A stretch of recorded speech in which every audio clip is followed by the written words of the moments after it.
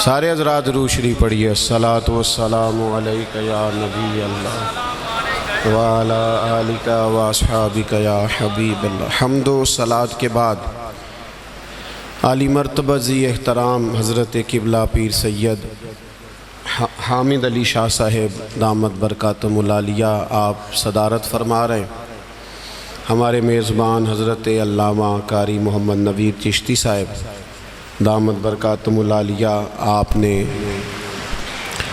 فرمایا اور آپ سب کی زیارت کے لیے اللہ تعالیٰ نے یہ موقع عطا کیا۔ آپ بڑی مہربانی تشریف رکھیں جی، یہ آپ لوگ بیٹھ جائیں جی، آپ تشریف رکھیں، اللہ آپ کو سلامت رکھیں، اللہ آپ کو برکت دے جی۔ ظاہر ہے موسم گرمی کا ہے، لوگ زیادہ ہیں تو اس ترتیب سے تھوڑی سی وقتی مشکل ہوتی ہے، لیکن آپ محبت سے بیٹھیں گے تو کوئی مشکل بھی مشکل نہیں انشاءاللہ تعالی۔ چند ایک گزارشات انتہائی مختصر وقت میں آپ کی خدمت میں عرض کرنی ہے۔ عزیز دوستو، اللہ تعالیٰ نے نبی اکرم صلی اللہ تعالیٰ علیہ وسلم کو کامل، مکمل اور اکمل صورت و سیرت دے کر دنیا میں مبعوث فرمایا۔ نبی کریم صلی اللہ تعالیٰ علیہ وآلہ وسلم کو اللہ تعالیٰ نے اپنا آخری اور محبوب پیغمبر بنایا، تو حضور علیہ السلام نے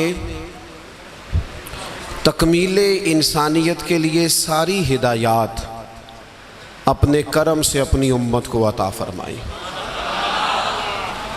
جب ہم یہ لفظ بولتے ہیں نا کہ نبی پاک کی سیرت کامل ہے، مکمل ہے، اکمل ہے، تو یہ ایک بہت بڑی بات ہے، یہ چھوٹی بات نہیں ہے۔ دنیا میں کوئی چیز بھی مکمل نہیں۔ آپ کروڑوں روپے کا گھر بنا دیں تو پھر بھی محسوس ہوتا ہے کہ کہیں نہ کہیں کوئی کمزوری رہ گئی ہے۔ دنیا میں کوئی چیز مکمل نہیں۔ اگر کوئی چیز مکمل اور کامل ہے تو وہ رسول پاک کی ذات گرامی ہے۔ اللہ تعالیٰ نے نبی پاک علیہ السلام کو ہر لحاظ سے کامل، مکمل اور اکمل بنایا، ہر لحاظ سے۔ اور نبی پاک علیہ السلام کی سیرت اور صورت کے اندر اللہ تعالیٰ نے ایسی جاذبیت رکھی، ایسی کشش رکھی۔ میں نے کسی بات کو لمبا نہیں کرنا، کھینچنا نہیں، جو بہت ضروری چیزیں ہیں صرف وہ آپ کے سامنے عرض کرنی ہے۔ حضرت عبداللہ ابن عباس رضی اللہ تعالیٰ عنہ فرمایا کرتے، آپ فرماتے ہیں کہ نبی پاک علیہ السلام کوئی معجزہ نہ بھی دکھاتے، حضور ڈوبے ہوئے سورج کو واپس نہ بھی بلاتے، چاند کے 2 ٹکڑے نہ بھی کرتے، درخت سجدے نہ بھی کرتے، پتھر کلمہ نہ بھی پڑھتے، تو فرماتے محبوب کا چہرہ ہی ایسا تھا، لوگوں نے دیکھتے جانا تھا اور کلمہ پڑھتے جانا۔ وہ جاذبیت، وہ حسن، وہ رعنائی، کچھ چیزیں ایسی ہوتی ہیں جو قابل کشش ہوتی ہیں انسان کے لیے۔ تبھی تقاضا ہوتا ہے بندے کا کہ وہ چیز بندے کو اپنی طرف کھینچتی ہے۔ جتنی قابل کشش چیزیں تھیں صورت اور صورت کے لحاظ سے، اللہ نے ساری مدینے والے محبوب کو عطا فرمایا۔ فرمایا محمد الرسول اللہ صلی اللہ علیہ وسلم، محمد اللہ کے رسول ہیں، محمد اللہ کے رسول ہیں۔ کامل صورت و سیرت کے ساتھ اللہ نے محبوب کو مبعوث فرمایا۔ اب جو نبی پاک علیہ السلام نے تربیت کی بات کی نا، لوگوں کو سمجھانے اور سکھانے کی بات کی، تو ایسا نہیں ہے کہ جو بات اچھی تھی فقط جو اچھی تھی وہ حضور نے کر دیا، ایسا نہیں، بلکہ محبوب فرماتے میں مکارم اخلاق کی تکمیل کے لیے آیا ہوں، یعنی حضور نے وہ اچھی بات کی ہے کہ اس سے زیادہ اچھی بات ہو سکتی نہیں، وہ آخری درجہ ہے خیر کا، اس سے زیادہ اچھی بات ہو نہیں سکتی۔ اللہ کے محبوب علیہ السلام نے جو تربیت فرمائی لوگوں کی، تو وہ تربیت تھی یتلو علیکم آیاتنا ویزکیکم، کہ محبوب تم پر آیتیں پڑھیں گے اور تمہارے باطن کو پاک فرما دیں گے۔ نبی پاک علیہ السلام کے سامنے جو جماعت آئی نا، سب سے پہلے حضور نے جن کی تربیت کی سب سے پہلے جن لوگوں کو نبی پاک علیہ الصلوۃ والسلام سے فیض لینے کا اور پھر پوری امت میں بانٹنے کا اللہ تبارک و تعالیٰ نے موقع عطا کیا، وہ نبی پاک کے اہل بیت ہیں اور حضور کے صحابہ کرام ہیں، جو دنیا کے بہترین لوگ تھے نا، بہترین عقل و خرد کے لحاظ سے، فہم و فراست کے لحاظ سے، تقوی اور روحانیت کے لحاظ سے جو بہترین لوگ تھے، وہ اللہ تعالیٰ نے اپنے محبوب کی غلامی کے لیے منتخب فرمائے۔ انسانی مزاج اس طرح کا ہے کہ اس میں منفی چیزیں زیادہ آتی ہیں، طبیعت اس طرح کی ہوتی ہے کہ شر کو بعضوں کا دل جلدی قبول کرتا ہی مزاج ہوتا ہے۔ حضور علیہ الصلوۃ والسلام نے فرمایا اللہ تعالیٰ نے دوزخ کو خواہشات سے ڈھانپ دیا ہے، جو چیزیں دل کو، طبیعت کو جلدی اپنی طرف کھینچتی ہیں وہ دوزخ کی طرف لے جاتی ہیں، خواہشات نفسانیاں جو ہوتی ہیں۔ انسان کی طبیعت جلدی مائل ہوتی ہے۔ لوگوں نے جب دیکھا نا کہ ایک بہترین جماعت ہے حضور کے صحابہ اور اہل بیت کی، اور اتنی اعلیٰ جماعت ہے کہ نہ کبھی زمین نے ایسے لوگ دیکھے تھے، نہ آسمان نے کبھی ایسے لوگ دیکھے تھے، اور اللہ کے محبوب علیہ الصلوۃ والسلام کے فیضان نبوت سے یوں اجلے ہوئے ان کے باطن کہ دنیا میں وہ جدھر جدھر بھی گئے نا نور ہی بکھیرتے گئے۔ اب جب لوگوں نے یہ دیکھا نا کہ اتنی اہم جماعت ہے اور اتنا بڑا انقلاب اس نے برپا کر دیا ہے اور اتنی زیادہ انہوں نے اس کے اندر، دین کے اندر اور فتوحات کے اندر اضافہ کر دیا ہے، تو اب شر پھیلانا تو بڑا ضروری ہوتا ہے۔ آپ اگر تھوڑی دیر زیادہ تسلی سے میری بات پر غور کریں تو جب بھی کوئی عالم دین آپ کو کوئی بات سنائے گا یا لکھے گا، وہ یہ نہیں کہتا کہ ڈائریکٹ حضور سے سنائے، وہ کہتے ہیں حضرت ابو ہریرہ سے روایت ہے، حضرت ابو درداء سے روایت ہے، حضرت عبداللہ ابن مسعود فرماتے ہیں، سیدہ عائشہ صدیقہ فرماتی ہیں۔ وہ کسی نہ کسی صحابی کا نام لے کے روایت بیان کرے گا۔ آپ کو سمجھ آ رہی ہے میری بات کی؟ دنیا کے اندر سب سے زیادہ محبوب علیہ السلام کے ارشادات موجود ہیں، فرامین موجود ہیں، اور وہ امت پر احسان کیا ہے نبی پاک کے صحابہ نے۔ اب لوگوں نے یہ کیا کہ وہ ڈائریکٹ تو دین کو مشکوک نہیں کر سکتے تھے، انہوں نے اس طرح کیا کہ جو دین کو روایت کرنے والے تھے نا، جو دین کو آگے بیان کرنے والے تھے، ان لوگوں کو مشکوک کرنا شروع کر دیا۔ جب کسی بندے کی شخصیت مشکوک ہو جاتی ہے تو اس کی بات کیسے معتبر رہے گی؟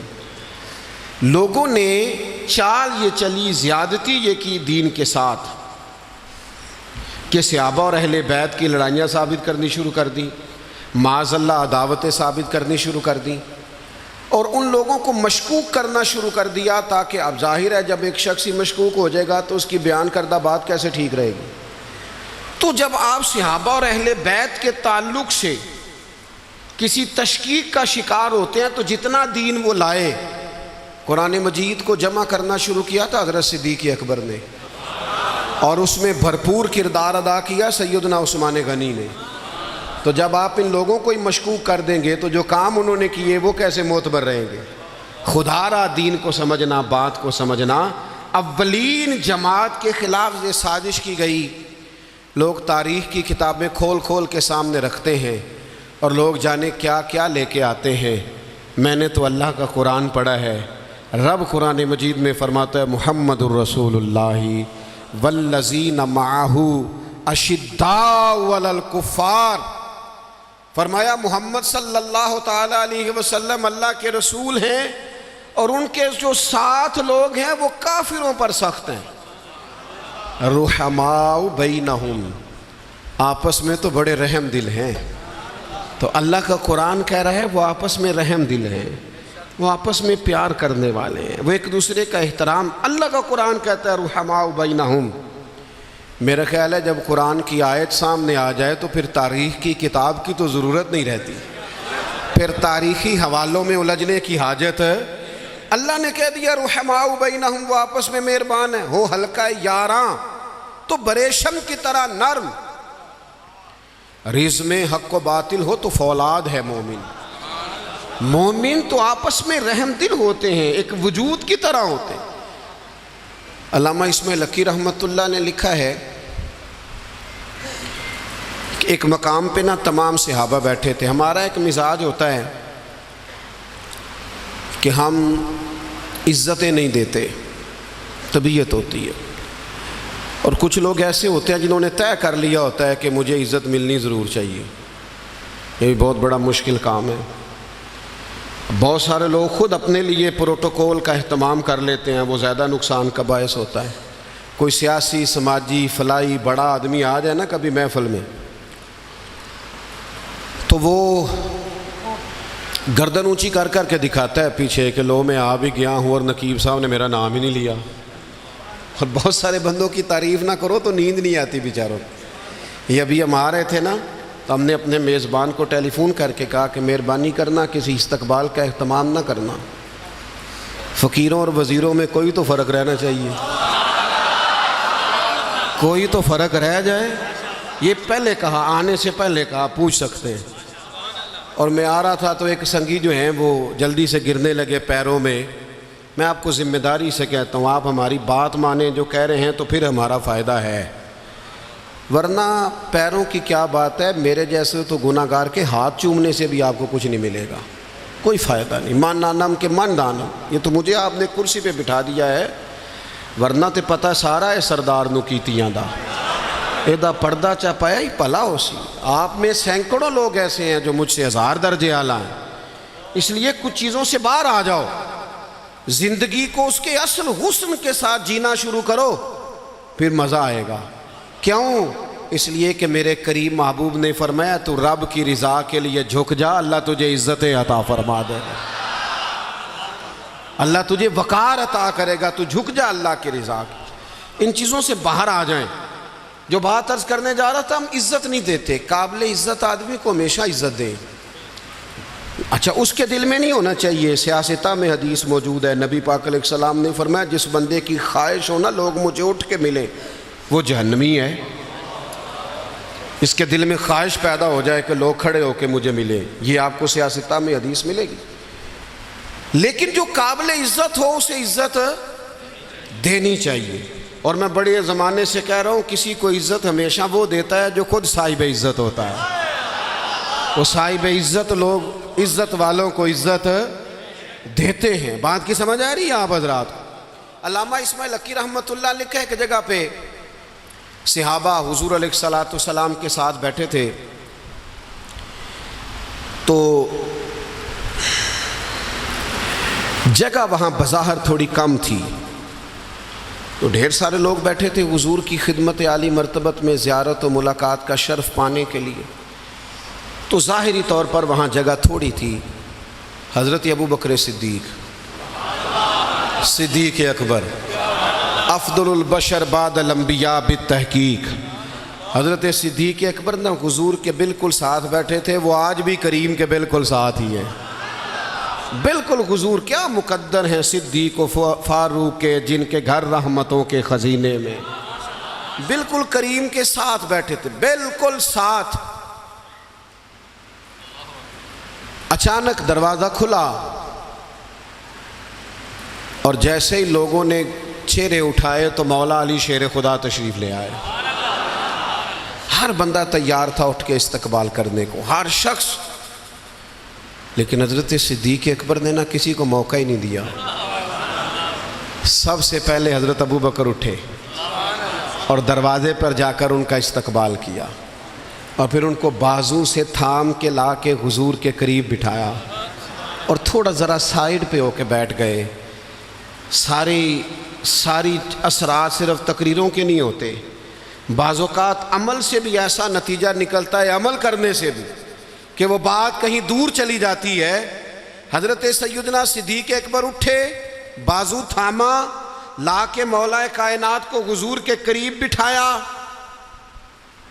کسی نے تبصرہ نہیں کیا. محفل کا رنگ ہی بدل گیا، لوگوں کے ذہنوں میں تصورات ہی بدل گئے. جب کیفیت اور ہو گئی تو اور کیا تبصرہ کوئی کرتا. میرے کریم بولے اور حضور فرمانے لگے دیکھا تم نے میرے ابو بکر نے کیا کیا ہے؟ تم نے غور کیا میرے صدیق نے کیا کیا ہے؟ پھر حضور فرمانے لگے عزت والا ہی کسی کی عزت کو پہچانا کرتا ہے، اہل فضل۔ ہمیشہ ہمارا نا دور آ گیا ہے حقوق مانگنے کا، ہر آدمی حقوق مانگ رہا اور ہر محکمے کے الگ الگ حقوق ہیں اور ہر بندہ شکوہ کر رہا۔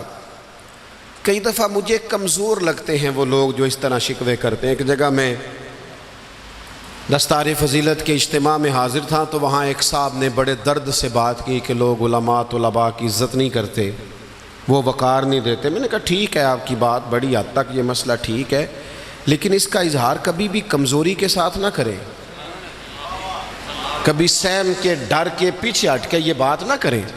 آپ کو کیا ضرورت پڑی ہے اتنا جھوک کے یہ بات کرنے کی؟ آپ تو وہ جماعت ہیں، طالب علم علماء تو وہ جماعت ہے کہ یہ پہلے دن گھر سے نکلتا ہے، ابھی اس نے ایک سپارہ بھی نہیں پڑھا، الف با تا سا بھی نہیں پڑھا، ابھی گھر سے نکلا ہے کہ اللہ کے فرشتوں نے اس کے پیروں کے نیچے پر بچھا بھی دیے۔